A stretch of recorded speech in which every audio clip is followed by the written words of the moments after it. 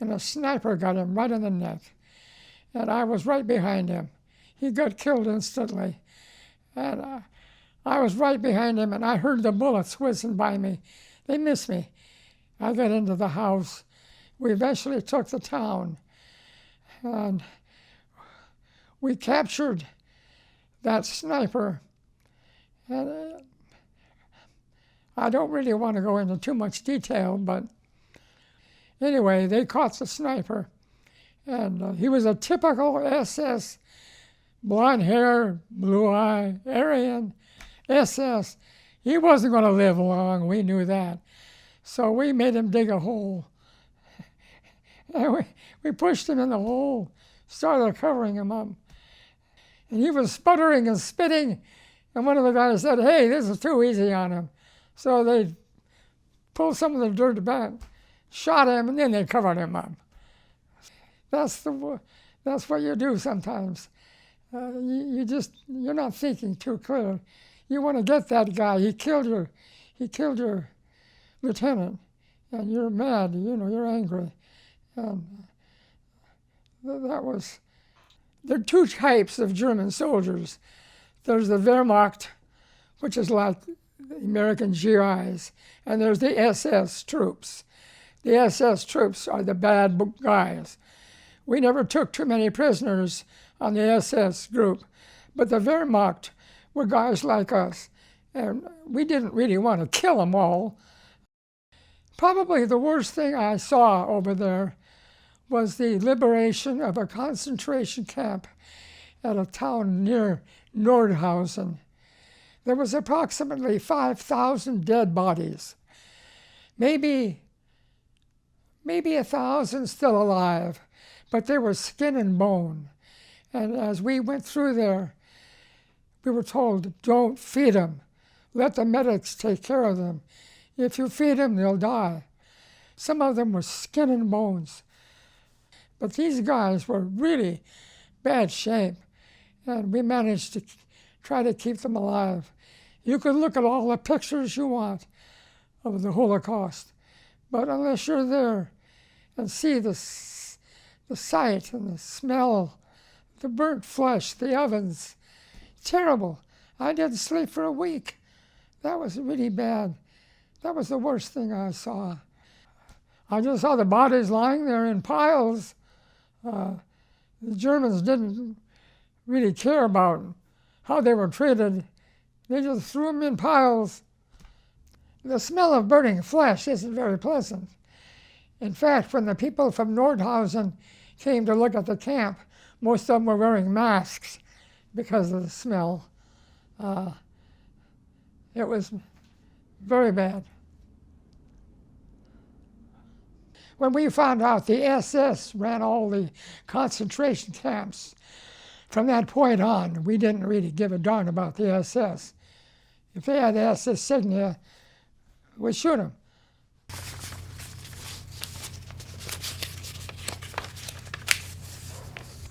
So when you went to Nordhausen, is this what you saw? Yeah. Just like that? Yes. It was pretty bad. And as I said before, it's not only the pictures you see of the Holocaust, it's the smell and the sound, and the burning ovens, and the horrific treatment the Germans did to the people. They took everything out of their mouths. They took all their teeth out. They took their hair and made lampshades. I mean, the Germans, SS, were terrible. And the most cruel were the women who ran the SS camps. They were more cruel than the men, and that's a shame.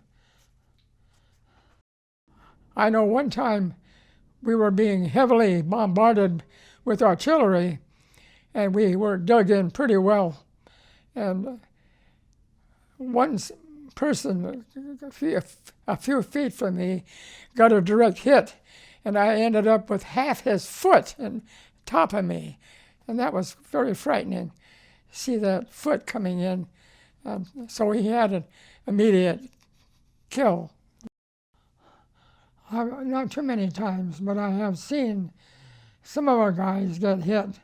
It's heartbreaking when they die in your arms or near you. It's sad. You just terribly, and especially if it's a close friend. And we were close. He said, "Have you seen your first dead German?" I said, "No." He said, "Well, come on over here." So he took me over there to a little area, and there was a dead German soldier laying there, half eaten alive by bugs and stuff. He said, "There's your first German soldier." So I looked at it. I said, "Oh, bad, I don't like that." But that was the first time he wanted me to see one before I might have killed one. People have asked me many times, "You kill anybody with your machine gun?" Well, I don't like that question because, and I heard a burst of a semi-machine gun, and what had happened, one of my buddies, there were still Germans in the woods, and we didn't know that. So one of my buddies let go. He had his eye on me, the German did, and my buddy let go and killed him before he got a bead on me. The word came out, "Stay in the single line. The field is mine." Well, here comes the strafing of the airplane. The bullets are coming down, and they're hitting guys. And you hear the holler, "Medic, medic, help, help." Some of the guys ran off the path and got killed because of mines. Some of the guys would die, and the last thing they would say would be, "Mama, mama." They wanted their mama when they died. And I heard a noise, and there were two German soldiers standing in front of me with rifles. And I thought to myself, "Oh boy, it's over for me." You were lucky to survive. I consider myself very fortunate.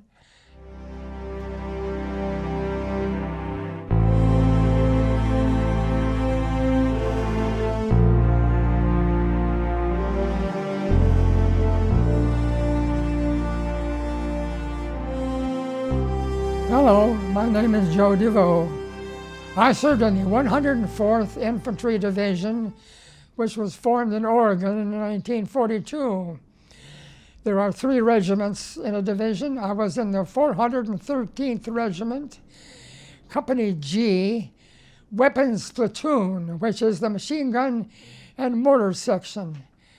There are approximately 250 in a company, so I was very proud to be a member of Company George. Our motto was, "Let George do it." Well, we were born during the Depression days, and it was very tough to make a living in those days. My father was a gas station operator, and he worked 6.5 days a week. And it was just very, very difficult to get a job. Until the war started in 1939, that's when the shipyards started opening up and jobs became plentiful. But those early years, I didn't really know much about what was going on. I was given my 3 meals a day, and I was treated good, and I was happy. I was a baseball nut. I went to every baseball game I could go to. I had a happy childhood, I think. Well, actually, I did have a job. I was delivering groceries for 50 cents a day. And that was about all I ever did. When the war came, I was 17 years old at the time of the attack. So I wasn't too interested in signing up because I was still in high school. And in January of '42, I got a letter from the president. It said, "Greetings. We want you to serve in our country, in our armed forces." Well, I went down to the draft board and talked to a couple gentlemen, and they said, "How are you doing in school?" I said, "I'm doing okay." When do you graduate?" I said, "June of '43. "Well, we'll give you a 6-month deferment so you can get your high school diploma, and then you'll go right into the Army." So that's how it worked. On June of 43, I was drafted into the Army. We went to Fort Lewis, Washington for 3 or 4 days, and then we headed south to Camp Roberts, California, which is halfway between Los Angeles and San Francisco.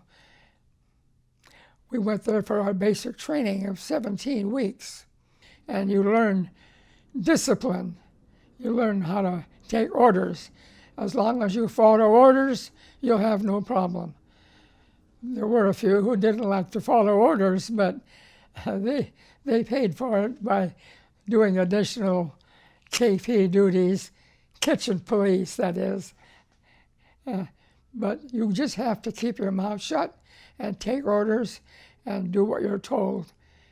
We had exercises every morning out on the parade ground, and we had a lot of 4 and 5 mile hikes to get us in good physical shape.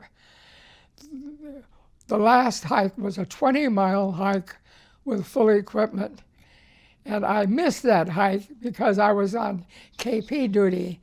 So I was so happy not to have to make that hike. But at the end of our training, they had a list of those who had not taken the 20-mile hike, and I was on the list, so I had to take that 20-mile hike, and my feet were pretty red and raw when I got back.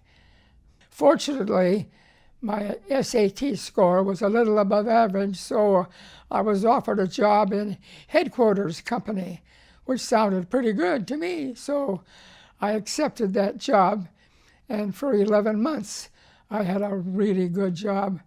I could come and go as I pleased, anytime between 4:30 Friday night and 7 o'clock Monday morning. I was free, and a bunch of us hitchhiked up and down the coast and visited all these small towns, and it was just really nice. But then the time came when they needed more troops, and so I was replaced by someone with limited service. Maybe they had punctured eardrums, I don't know, but I was given the notice that I was to be shipped overseas. Well, everybody in the West Coast was shipped to the South Pacific, and I didn't want to go to the South Pacific. I didn't like the idea of fighting Japanese, malaria, all those bad diseases, so I wanted to go to Europe. Well, I had a friend in headquarters company, and I asked him, how can I get to Europe? He said, well, I can put you on a shipment to Europe for 2 bottles of scotch. So I agreed, and I was shipped off to Fort Meade, Maryland, and I had 30 days to get there. So I came home from Tacoma for 2 weeks, and then I took a train back to Fort Meade, Maryland, in preparation for shipment overseas.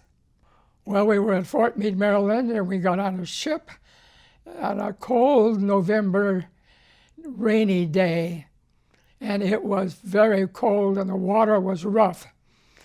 And we boarded ship. We were in a convoy. The water was so bad that you could look out and see boats. Then you'd look out again and they're gone. The waves were so high, and I got deathly seasick. I never ate a bite of food for about 6-7 days. It was horrible. The 3rd day out, I don't know why, but we had pork and beans for breakfast, and that did it. That really upset me. We finally made it into England, and I swore I'd never come back to this country if I had to go through that again. But luckily, we came back in mid-July, and the weather was real nice, and the ocean was calm. So I did come back. But as soon as we got to England, we got on a train. We landed at Liverpool and got on a train and went to Southampton. Then we got on a boat and went across the channel, landed in Le Havre, France. And we got on boxcars and went into Belgium. Well, my name Devaux is a Belgian name. My grandparents came from Belgium. But I couldn't speak French, unfortunately. So that didn't do me any good. Then we arrived in Holland. That's where I joined. That's where I had my first military experience. Actually, I got tangled up with the Battle of the Bulge because I was in a replacement depot waiting for assignment when the Germans broke through on December 16th. And I was not assigned any place. I was in a replacement depot, so we were all upset, didn't know what to do. Everybody was fleeing west to get away from the Germans, and I was put in a temporary outfit called Snafu, situation normal, all fouled up. And so we were given guns and told to just dig in and hold your fire. Just dig in and wait. Well, that's where I spent my first few nights, in foxholes. Finally, my records were found, and I was sent to the 104th Division. They were stationed on the Roer River, R-O-E-R. We were stationed there for about 3 weeks. So other than going on patrols at night, which I didn't have to do because I was assigned as a machine gunner. When I joined the outfit, my first sergeant was 37 years old, and I was 20. And he said, we need machine gunners. And I said, well, wait a minute. I was trained as a rifleman. I don't know much about machine guns. He said, don't worry, we'll teach you. So you go where they tell you to go, whether you like it or not. So I was assigned to a machine gun squad. You start out carrying ammunition for the 2 machine gunners. There's a second gunner who carries the gun, and the first gunner carries the tripod. And they have 2 ammunition carriers, each one carrying 250 rounds of ammo. So that's how I got assigned as a machine gunner. Well, I believe the closest we got to the enemy were in some of these small towns where we would get the first 2 or 3 houses, and we didn't know the Germans were still there. And they were firing at us from houses, from second floors and attics, and we just had to go inch by inch. The riflemen had the hardest job. We tried to support the riflemen with our machine guns, but we couldn't always tell where the enemy was. The riflemen were the ones that had to go house by house with their M1 rifles. The machine guns were supportive. We did manage to get several hundred surrender on one location, and that was a little bit exciting. We had no idea there was that many in this area, and the riflemen went ahead. We gave them support. We were probably 300 feet from the enemy at that time because the riflemen were in front, and we're trying to help them by firing ahead of them. So, well, 250 rounds in a box, and once you you put the ammo in the machine gun, you just want to guide it so it doesn't jam. Sometimes the machine gun barrel gets so hot, it fails to work. So you got to take it a little easy. You don't want to try to fire 250 rounds too fast. So you have to feed it, make sure the bullets are feeding through the machine gun. And that was primarily what I did. There were certain times when we were under fire and I was sent back to the rear to get some ammo. And as I would crawling along the woods, I'd hear somebody say, "What's the password?" And I had no idea what the password was. So I just hollered out, GI, GI, government insurance. And they want to know, what do you want? And I said, we need some ammo. And they finally gave me 2 boxes of ammo, and I got them back to where we needed them. One particular night was rather extreme. It was cold and snowy, and 2 of us were in a foxhole, the first gunner and the second gunner. And it was terrible weather, and I found a wooden door from a barn, and I put it over half of the foxhole to try to keep a little cover. Well, we took turns sleeping. It was my turn to take a short nap. So I'm lying there, half asleep, and all of a sudden, my buddy lets go with a round, and I jumped up and hit my head on the door, almost knocked me out. I said, "What's going on?" He says, "Something moved." Well, we waited until first light, and it was a cow. We had shattered that cow pretty well. And those kind of experiences are humorous in some ways, but it's no fun being in a foxhole with nobody in front of you but the enemy. And I think that's where the term, there are no atheists in foxholes. When you're all alone in a foxhole, you talk to God. The relief you get by talking seems to calm you down. But the worst thing about it is those cigarettes. They gave us a lot of cigarettes free, and I smoked for 40 years, and I'm paying dearly for it now with COPD. I can hardly breathe at times, as you can probably tell, all because I got those free coffin nails, which I call cigarettes. They were bad for everybody, but that's the way it worked. It looks like God heard your prayers because you're still here. Yeah. Yes, I was very fortunate. The most thing I'm proud of is the combat infantry badge. That's the blue rifle that is given to all those who serve in actual combat. And that goes atop of all the other medals that you earn. Now, the other forces have their own medals, like the Air Force and the paratroopers. But as far as the infantry goes, we are proud of that combat badge. When I first joined the Timberwolves, my sergeant, I said, was about 37 years old. He was a really gentleman. He said, "Have you seen your first dead German?" I said, "No." He said, "Well, come on over here."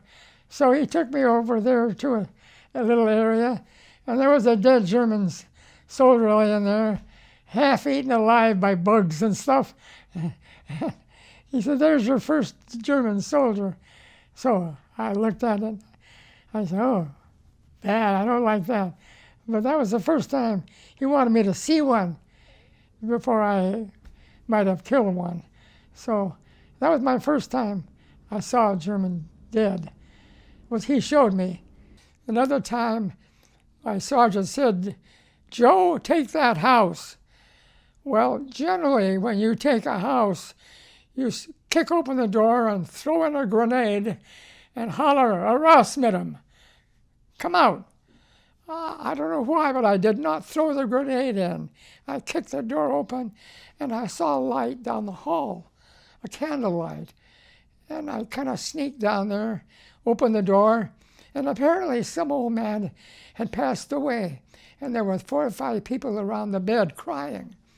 And I just turned around real quietly and snuck away, told my sergeant, "The house is clear." But that was really scary. I didn't know what to do. These things happen, and you have to make a quick decision. And I just felt that I didn't want to cause any extra deaths with the grenade, so I didn't throw it in. People have asked me many times, "You kill anybody with your machine gun?" Well, I don't like that question because we don't really know. When you fire a machine gun, people hit the dirt, and you don't know whether you hit them or not. In many cases you do, but you don't always know. When you fire a machine gun, everybody flops down automatically. So it's really hard to say how many, if any, I've killed. I'm sure there's plenty. The worst part in combat is you don't know what's going on around you. You don't have any idea. 1,000 feet away, no one tells you. We were going through an open field. All of a sudden, a flare came up, bright as day. The word came out, "Stay in the single line. The field is mine." Well, here comes the strafing of the airplane. The bullets are coming down, and they're hitting guys. And you hear the holler, "Medic, medic, help, help." Some of the guys ran off the path and got killed because of mines. And then the flare goes out, and it's pitch black dark again. It's scary. And one other time, we were having breakfast in our little camp, in our little farmyard. And all of a sudden, we were strafed. And it was amazing. It was the first German jet. And they came in like that. We didn't know what it was. They were really powerful. We didn't have anything at that time. But those German jets were terrific. The Germans had a lot better equipment than we did. I got home with 3 guns. I sold 2, and I kept 1, which is called a Walther PPK. There's lots of close calls.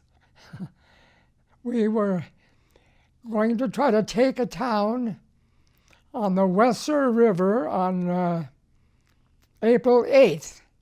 I was in the 104th Infantry Division, which was called the Night Fighting Division. It was our purpose to try to take our objective before dawn. So we would take off or jump off, maybe at midnight, and try to get our objective by dawn. The Germans thought that was unfair because we fought at night. But it worked. We did remarkably well. The big trouble was keeping in contact with each other. We didn't use those little clickers they used in some of the movies. We had passwords. The Germans could not pronounce the word F very well, so our passwords were usually contained the word F: friends, foul, favor, fever, words with the letter F. They pronounced the F as Z, Z. So they had trouble with our passwords. We were trying to get this first town, and we were in a culvert. It was just before dawn, I would say 3 o'clock in the morning. We had to run from the culvert to the first house. Well, we took the first house. There was about 10 of us. We got into the house, settled down. The word came out, "The town's full of Jerry's. We got to get the hell out of here." So we had to backtrack and go back out and into the culvert and wait until daylight. Well, that was a mistake. The next morning, we tried to take the first house in daylight, and my lieutenant, who was in charge of the mortars and machine guns, had a radio, and he was right in front of us, and a sniper got him right in the neck, and I was right behind him. He got killed instantly, and I was right behind him, and I heard the bullets whizzing by me. They missed me. I got into the house.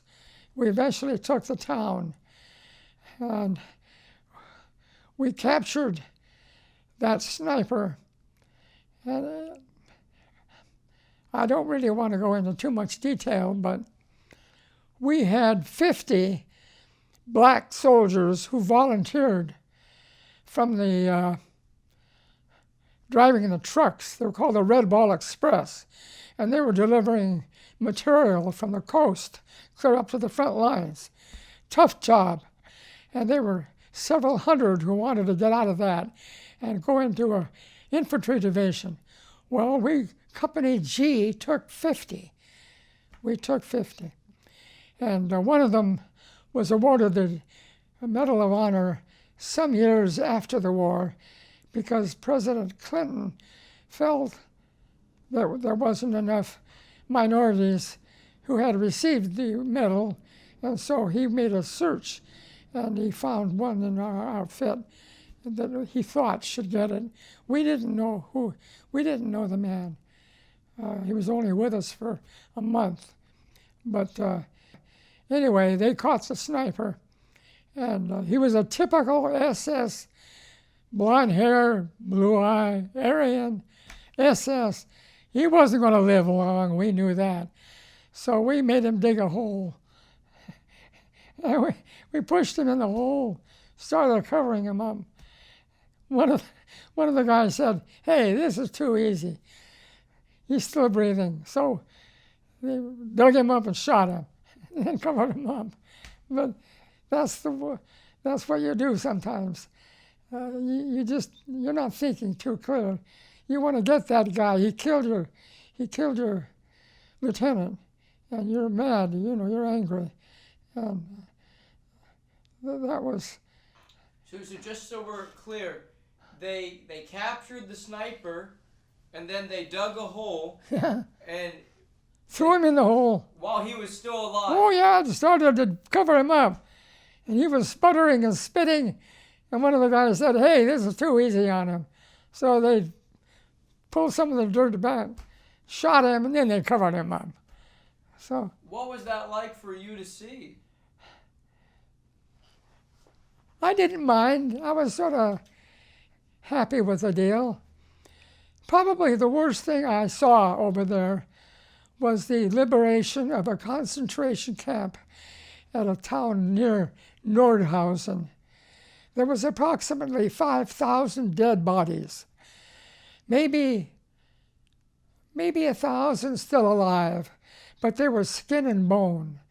And as we went through there, we were told, "Don't feed them. Let the medics take care of them. If you feed them, they'll die." Some of them were skin and bones. I've lost a lot of weight recently. I'm only 98 pounds. I used to weigh 150, but because of my illness, I've lost my appetite, and I can't eat much. But these guys were really bad shape, and we managed to try to keep them alive. You could look at all the pictures you want of the Holocaust, but unless you're there and see the sight and the smell, the burnt flesh, the ovens, terrible. I didn't sleep for a week. That was really bad. That was the worst thing I saw. And there were several hundred POW camps. Some of the big ones were, Dachau, and you've read about a lot of them. But this was a small one. And unfortunately, our Air Force killed about 1,000 of them because they thought that was the barracks for some of the German soldiers. So they bombed the POW barracks, and unfortunately, they probably killed a fourth of the prisoners.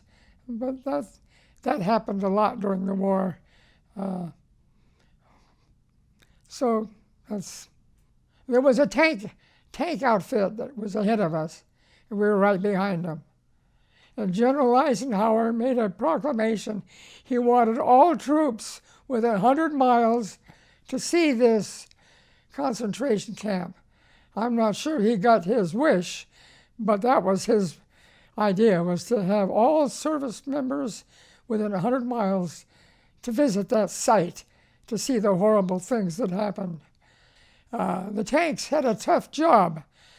Believe me, it wasn't easy. I've seen 3 or 4 tanks destroyed by 88s. The German 88 military guns were the best you could possibly get.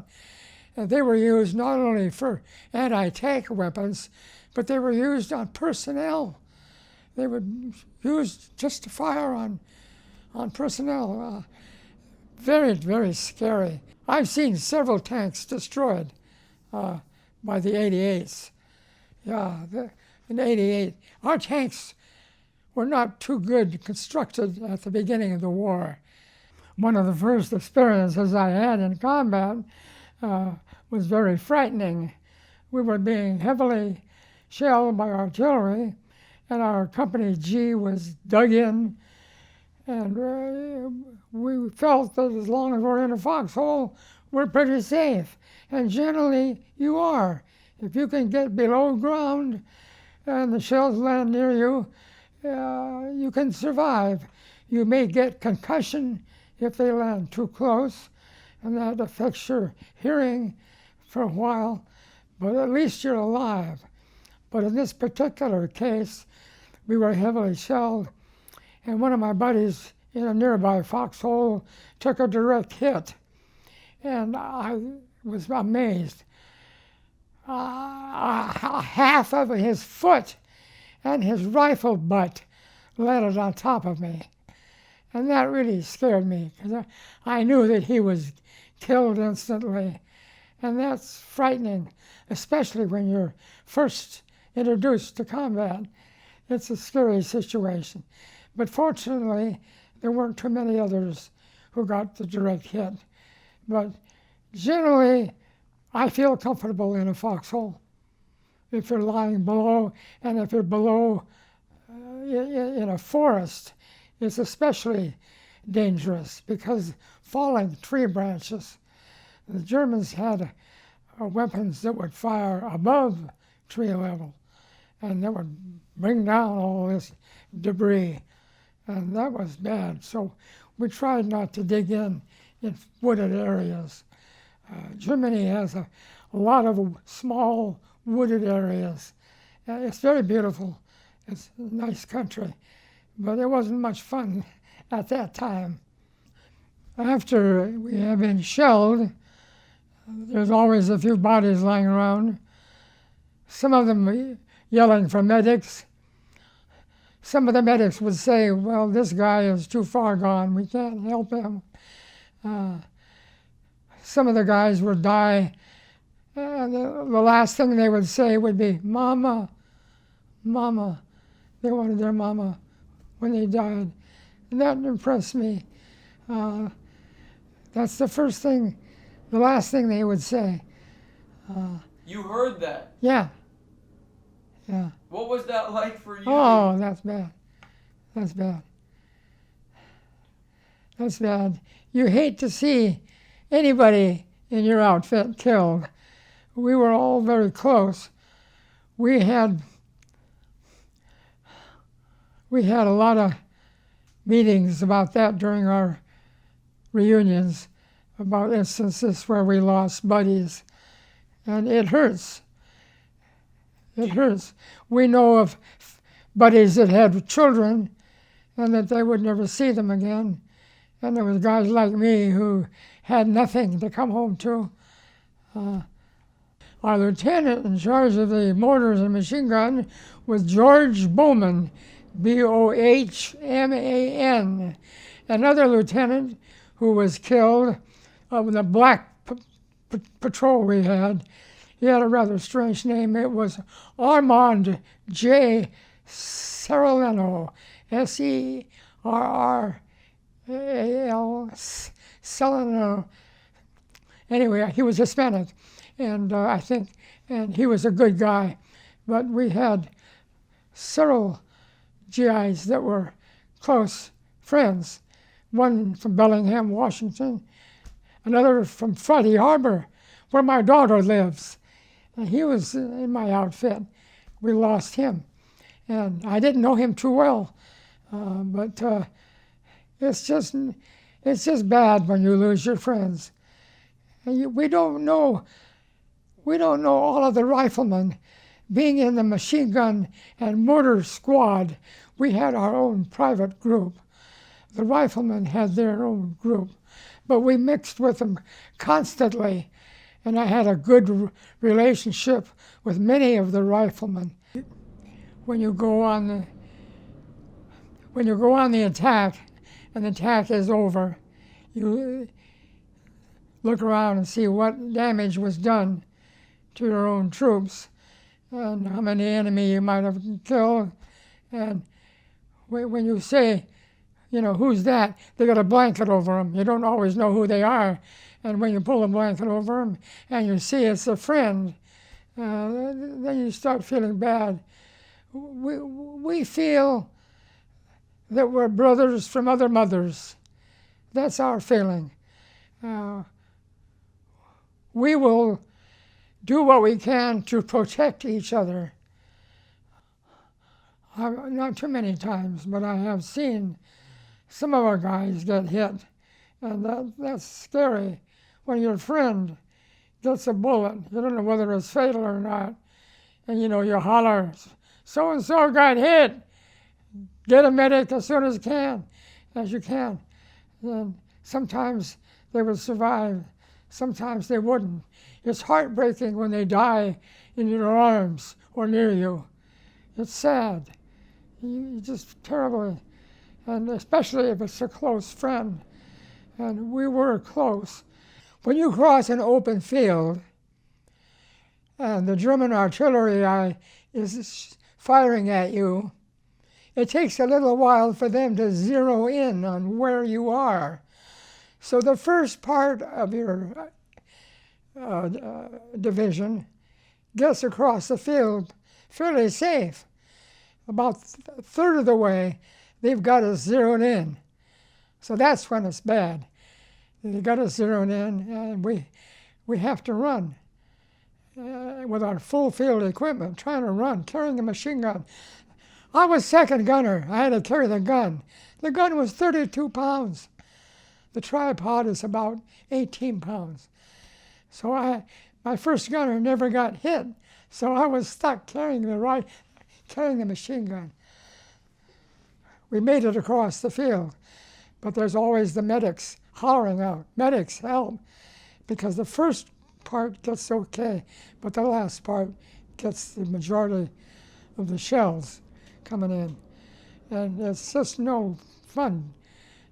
Many a times we were told, dig in, we're going to be here tonight. We start digging in, the word comes, we're pulling out. So you just start pulling out. You don't know what's going on around you. The worst part is not knowing what's happening. They don't tell you. All you do is follow orders. If they say jump, you ask them how high. You don't question them. I've seen a lot of people die from over drinking gasoline fluid from the V2 bombs. Some guys will drink anything. And one time I saw 4 or 5 guys dead with blankets over them. And I asked, what happened to those guys? He said, well, they were drinking V2 fluid, and it killed them.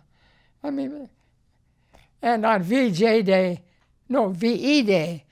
I think we lost more people than we did the week before. People celebrating by shooting their rifles up and throwing grenades up. I mean, there was young, happy, half of them were drunk. They were celebrating, and it's just amazing.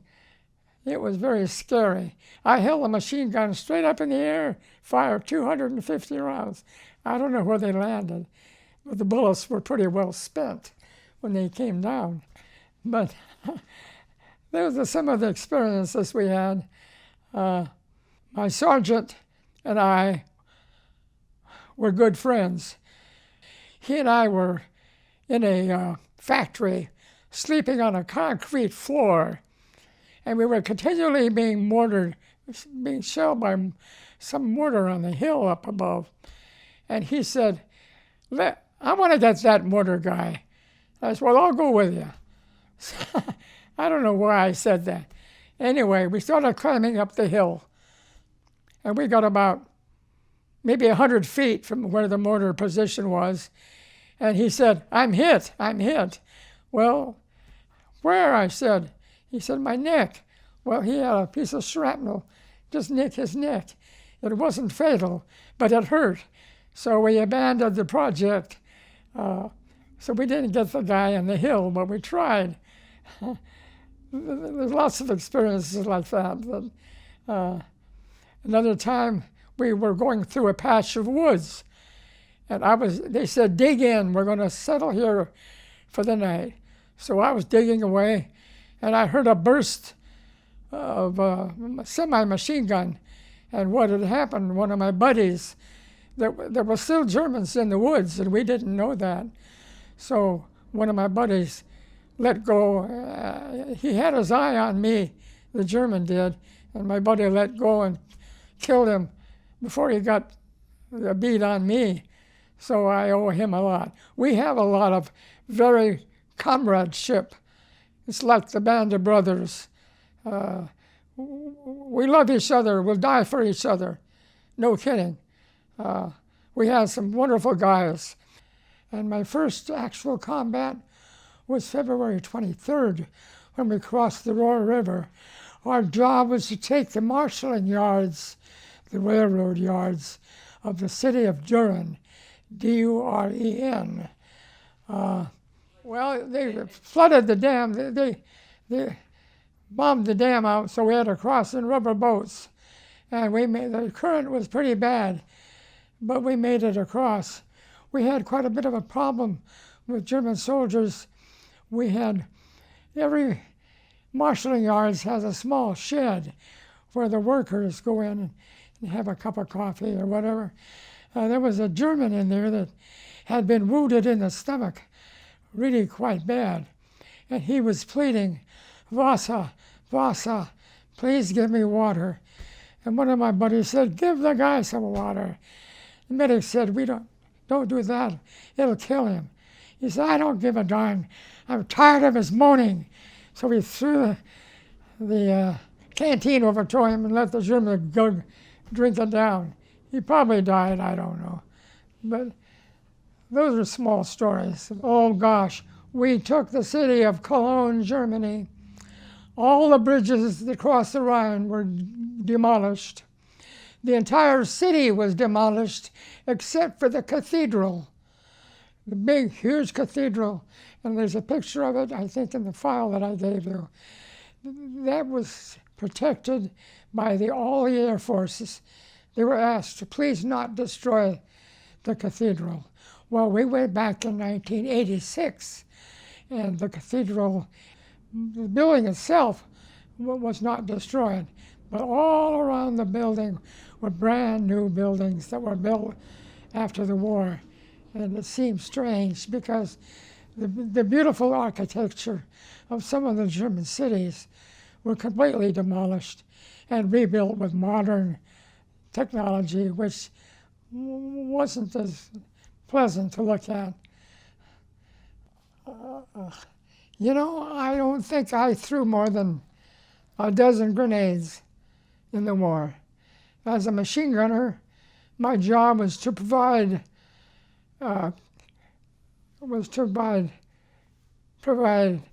fire for the riflemen. The riflemen were going to be going ahead. Our job was to fire ahead of them, give them safe fire. So I wasn't that close to the enemy troops. The only time we used the grenades was when we were taking a village, and we had to go through house by house. We could go into a house. Sometimes we would throw a grenade in and just holler, raus mit dem, schnell. That means come out now. If they didn't come out, we throw another grenade in. That's about the way it worked. A lot of them surrendered, but when you say raus mit dem, that means come out now. And some did, some didn't. I never had any bad experiences with a grenade. I did mention that we went into that small house where that gentleman was probably dying. But one of the difficulties of World War II was getting across the Rhine River. There was an anti-tank division that found a bridge at Remagen, a nice little town in Germany, and they went across the bridge. The 1st Infantry Division, the big red one, followed. Then the 104th Division came, and we went across the river, and it was really nice. The river river was not, but the bridge was continually being bombed. It didn't sink when they tried to blow it. The Germans tried to blow it, but for some reason it didn't go off. So the boat, it was a railroad bridge, I might add. So anyway, we got across the river, and we dug in, and we were heavily greeted with artillery fire. One of my buddies, unfortunately, had to have a bowel movement, and he left the foxhole.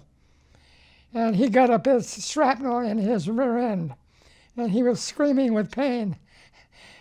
And we got him to the A station, which was a couple hundred feet away. You never leave the foxhole. You have a K-ration box, and you cut the K-ration box in half. You use the half to scoop up any debris and throw it out. Well, one time I took my K-ration box and I scooped up some poop and I let her fly. And somebody yelled, "Who was the SOB that threw that?" Well, I didn't say anything. But these are the things that happen, strange things. There's a lot of laughs in the Army. You have to be humorous or you'll never make it. If you can't laugh at the jokes. There was one time we were in a little farmyard, and a young German girl came up to one of the GIs and was talking, smiling, and the guy and her grandfather came over and whacked her and said, "You get back there." Well, that made us mad. That really made us mad. So we made the grandfather stand up against the barn, and we fired a couple of pistols near him just to scare him. We told him, never hit your granddaughter. But that's the way. There's a lot of good guys in the Army, too. Well, we were attacking a village, and we had pretty strong opposition. They had mortars, we had mortars. They had machine guns, we had machine guns. We were just shooting each other by the hour. The worst part was we didn't know what's going on around us. That's the scary part. You have no idea what's going on or what's going to happen the next day. You wonder, am I going to live today? Is tomorrow my last day? You don't know. You think about that. For me, I didn't much care. I had no wife, I had no job, I had no girlfriend, I had no reason to come back. My lieutenant, who was killed, had a wife, 2 kids, and a small business. And I really felt terrible. I just really felt terrible. Why him? Why not me? Because I had nothing to come back for. I was free, no responsibility. My only thought was, am I going to survive this next battle? I wasn't scared or worried so much, but I thought about it a lot. You're sitting in a foxhole with your buddy, and you talk about what's it like when you get back home. And, you think about all the good things at home, like milkshakes and hamburgers, and you're sitting in a foxhole, freezing half to death. That's where I had my first cigarette, and that was a downfall. We got free cigarettes in every K-ration box. Every K-ration had 4 cigarettes, and Lucky Strike sent thousands of boxes of cigarettes to the GIs.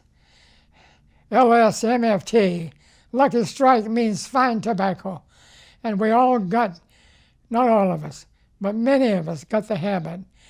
And as you can see right now when I'm breathing, I'm having a little bit of difficulty, and that's from the darn coffin nails, which I call cigarettes. So as a warning to everybody listening, don't start smoking, please. It's just bad for you. And I think that's the same with vaping. don't start stuff like that. It's only going to shorten your life, and it's expensive, and you don't need it. Amen. I would say that most of our evenings were spent in barns, not in foxholes. I would say that I spent probably no more than 30 days in a foxhole, but I spent a lot of days in beat up, half burned out barns with hay. Anytime we could find a house, we would take that house and try to get a good night's sleep. Sometime we found one beautiful home, some rich person. That was nice. But we tried not to get into the foxholes. We tried to find some place we could plop down and try to get a night's sleep. And then usually a barn would work. And we would sometimes run across civilians in the house, and we would ask them, haben Sie Eier? Have you got any eggs? We'd like to have an egg. Haben Sie Kartoffel? Do you have any potatoes? Our K rations were not too good. Several of our boys got yellow jaundice from eating K rations. My sergeant missed the last month of the war because of the illness caused by the K rations. We never had overcoats at the beginning. We just had field jackets, and we had wool caps, and it was cold. It was one of the coldest records on history in 1944. And when you sit in a foxhole, my teeth rattled so hard I had splitting headaches, and it was the cigarette that finally calmed me down. But miserable, cold. You just can't get warm. You can build a fire in a barrel and get warm for 10 minutes, but you walk 20 feet away and you're freezing cold again. April of 45. The sun came out finally in March or April after a terribly cold winter. And I was leaning up against a barn trying to get a little warmth and a little snooze. And I heard a noise, and there were two German soldiers standing in front of me with rifles. And I thought to myself, oh boy, it's over for me. Well, one of them said, "Kamerad," and I knew that means surrender. So for some strange reason, I got up and I shook hands with both of them. They were Wehrmacht soldiers, not SS. And I asked them if they had any weapons. We're always looking for pistols. They said 9. And then I asked them if they had any kinder, any children. And one of them said yes. And I said, well, war kaput. You go home soon.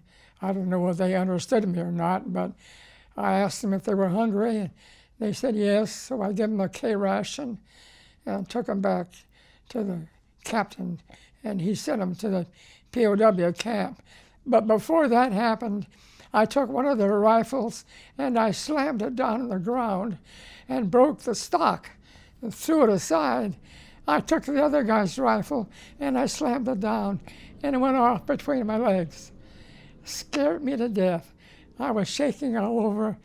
A couple of my buddies said, "What the hell's going on?" I said, "Oh, nothing." I was so embarrassed. That was a very embarrassing situation. The war ended in May. We came back in July.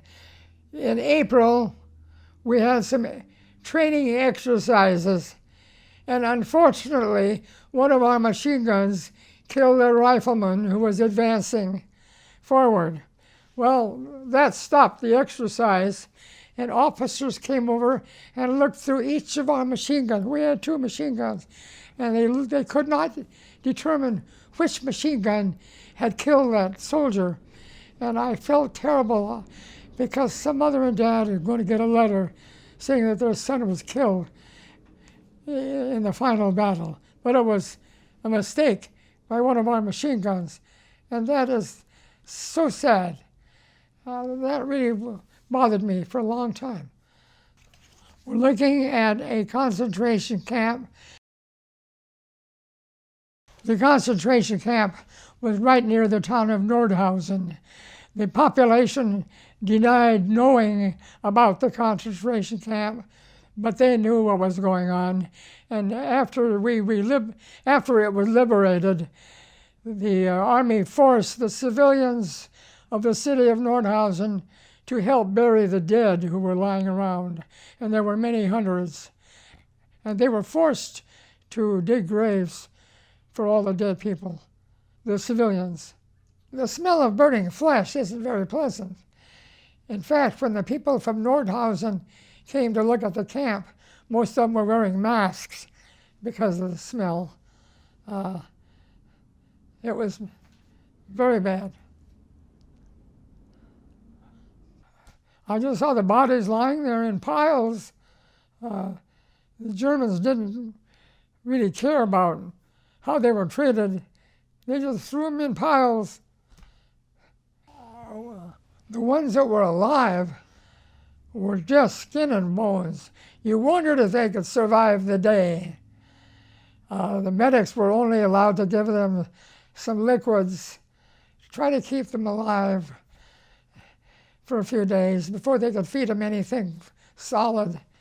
I don't know what they did. All I know is they were told, don't feed them because it'll kill them. Well, I was in shock, of course. You must remember I was not in combat as long as many, many thousands of other soldiers were. I was only in combat about 120 days. Some of these guys were in combat for 5 years, and they suffered. So I was fortunate in that I only had a limited time, even though it was bad at times, and you wondered if you would survive. You were lucky to survive. I consider myself very fortunate.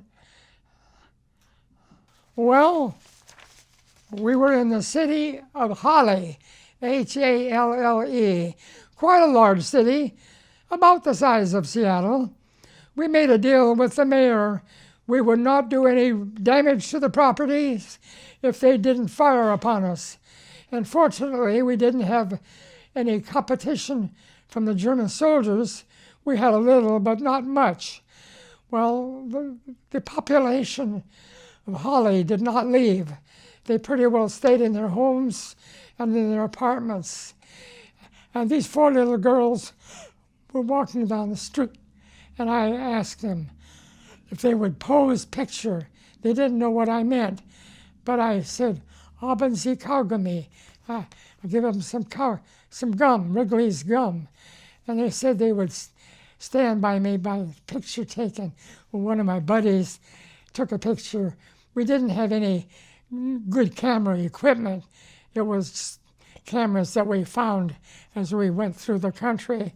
None of us had any good camera, but it came out fairly well, and I like that picture. Absolutely. I don't think they're little girls anymore. We were in a little town about 15 miles from the Russian front. The town was called Bitterfeld, and we stayed at a lady's house. She had a son named Gunther. Her name was Hilda Heistermann. I remember that distinctly. The machine gun squad stayed in her house, and she was a very pleasant lady. Her husband had been killed on the Russian front, and we felt sorry for her. When we were told that we're moving up, the Germans are going to have one final battle, so we're going to have one more battle. But we didn't. It was the Russians, so we didn't have to have that battle. Well, we felt sorry for Hilda, so we started gathering supplies for her, food and stuff, because we knew that she was going to have a tough time. She said, no, people will think I slept with you.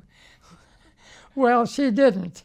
None of us were that interested in her. She was an old lady, 35 maybe, So we left Bitterfeld, and we went about 10 miles, and they said the war was over.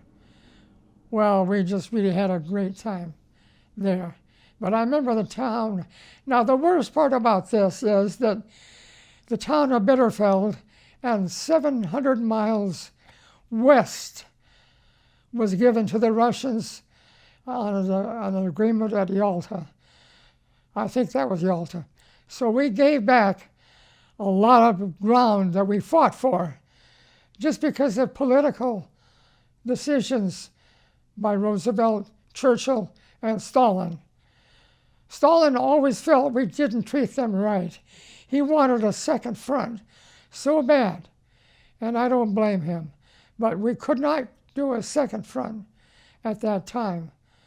So it all boiled down to politics, and it really upset me when I found out that the Yalta Conference gave a lot of ground that we lost troops in back to Russia.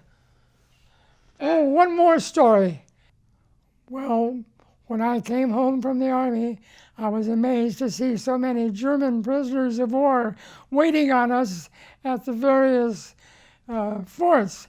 And they were good soldiers. They had surrendered. I had no problem with any of them.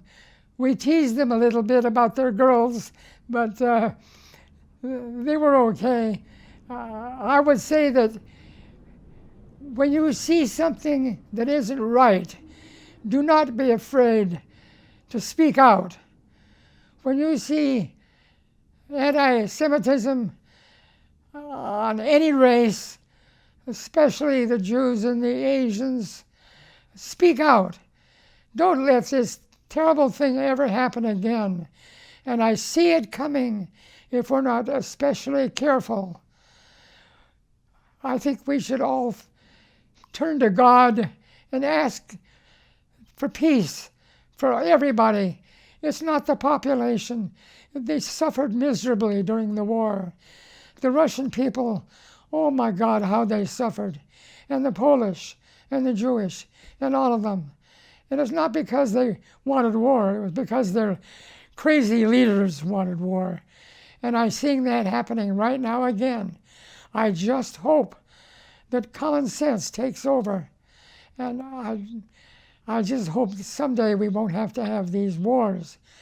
Of course, we have to have a reduction in population, but not through wars.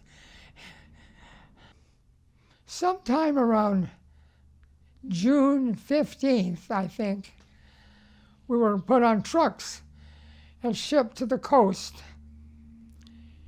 I think it was called Camp Lucky Strike, but I'm not sure. And we were boarded aboard a United States Matson liner called the USS Monterey, a really deluxe ship. There were thousands of us on that ship, and there were a lot of gambling going on.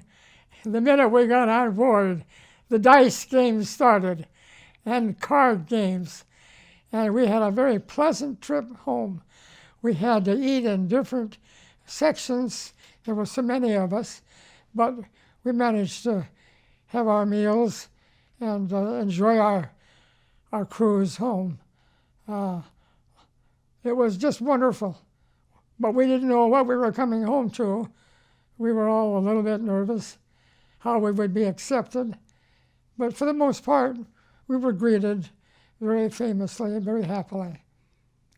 So. Did you see the Statue of Liberty? Yes, we saw it leaving, and we kind of wondered if we'd see it again, but we saw it again, and it was welcome.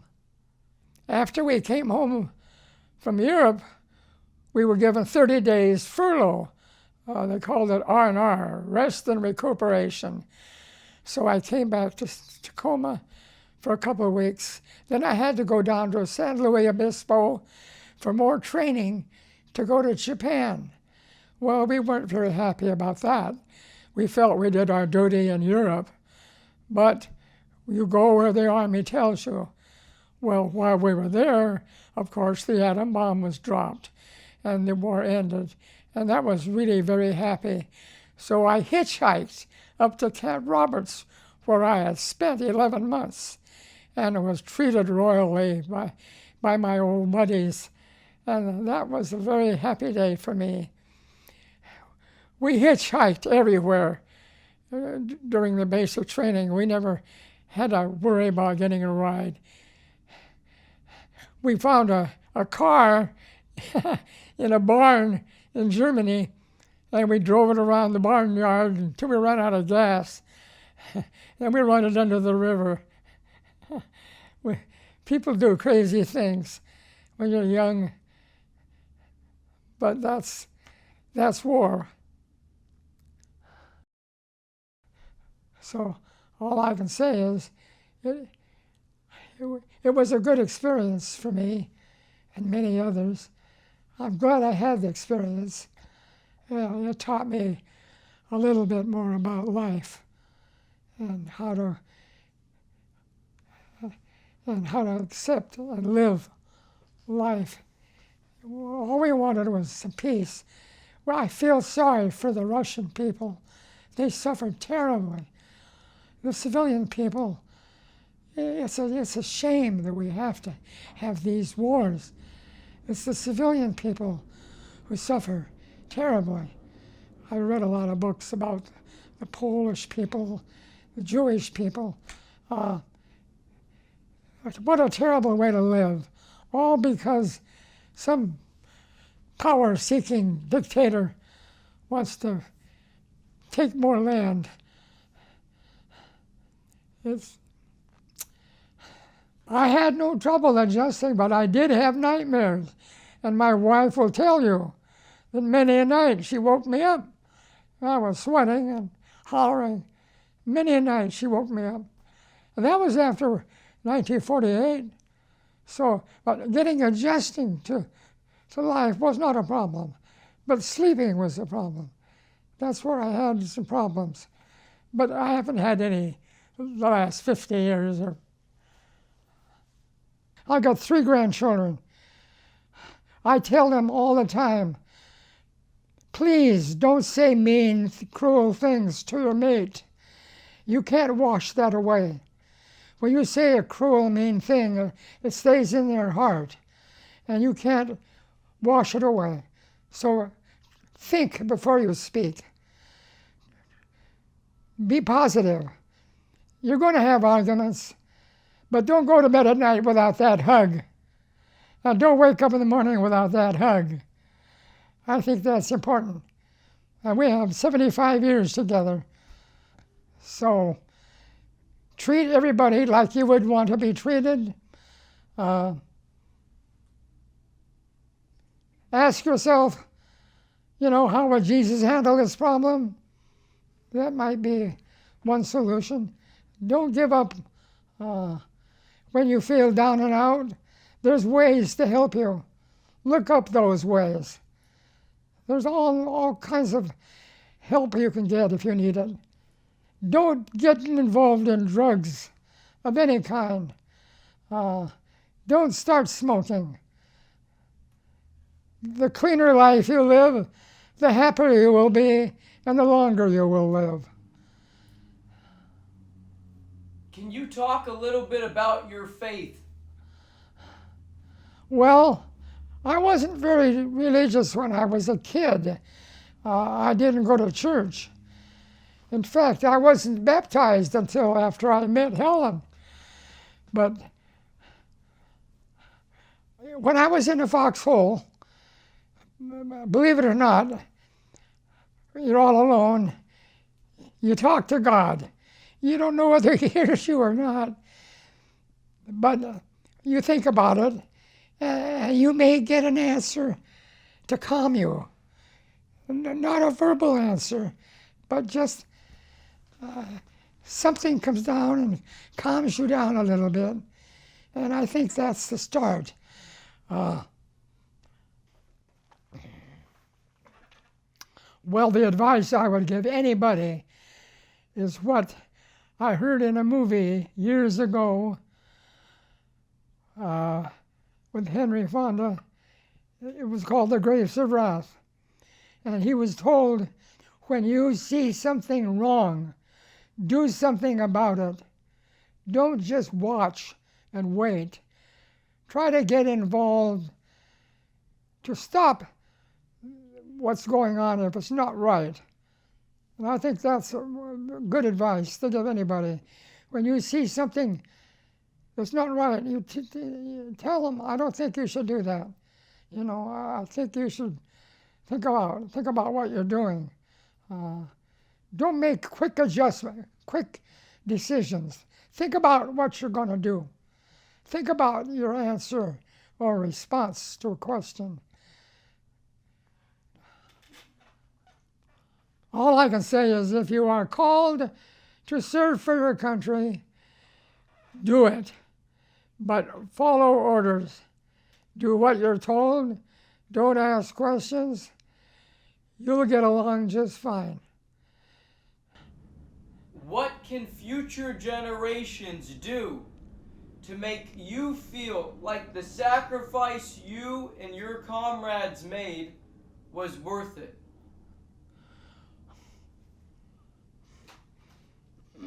My feeling is that they should use common sense. They just have to try to understand what is going on in the world and speak out when there's something isn't right.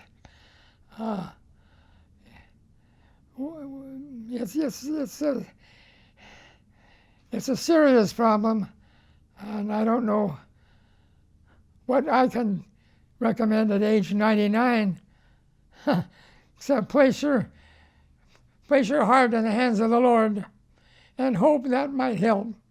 It's really difficult. Absolutely. No, I'm not afraid to die. I want to go to that land where joy never ends. That's the way I look at it. I'm not afraid to die. I would like to believe that the Lord would accept me. I'm happy. I got a wonderful wife. We've been married 75 years, come 4 days from now, July 9th. That's a very happy time. I was very lucky. When I came home from the war, all I wanted to do was get a job, raise a family, forget the war. I never talked to my children about the war. I never talked to anybody at work about the war. I worked 2 jobs for 20 years, trying to make enough to pay all the bills. So the war was forgotten. And after I retired, I worked for the city of Seattle for 36 years. As of today, I've been retired 42 years, longer than I worked. I was talking to my dad one night, and I said, you know, I really love Helen, but she's so involved in the church. She's in the choir. She's in charge of our social activities.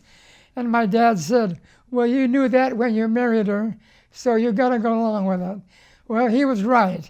It turned out to be a successful, happy marriage. And I place a lot of that on God's and our church. Without that, I don't know what I would have turned out. I might have turned out, met some gal and had a terrible romance and broke up, and who knows. So. And you know, you mentioned earlier that, you know, when you're in the foxhole, you pray to God, but you don't know what happens. It looks like He's answered your prayers. Yeah. I'm saying God has answered your prayers. Yeah. You survived the war. Well, he relieved my mind. He calmed me down, which helped. Well, I would hope that anybody that knows me knows that I love life. I tried to do what I was asked to do during the war. I had no problem getting along with my officers. You do what you're told, you'll do all right. I'm glad I was served in the 104th Division. Had I not, I would not have known so many things about life. Some are pretty bad, but still, having never done it, you just never know. Now I know how horrible war is. And I think we should do whatever we can to just not have any more. It's really an honor. It's an honor for me to talk to you. And I want you to know that because of what you went through in the war, people like me are alive. And that's something no one can ever take from you. You have helped more people, Mr. Devaux, than you will ever know. Well, I hope so. It's true. Little children get to dream about their lives 80 years from now, instead of worrying about whether or not their house will be bombed. Well, I thank you, too. You put a lot of time in this. I just want to make sure that people like you are not forgotten about. Yeah. I'm going to put everything back, and then I'll get out of your hair. Help me up. God bless you, Mr. Devaux. Help me up. Oh, boy.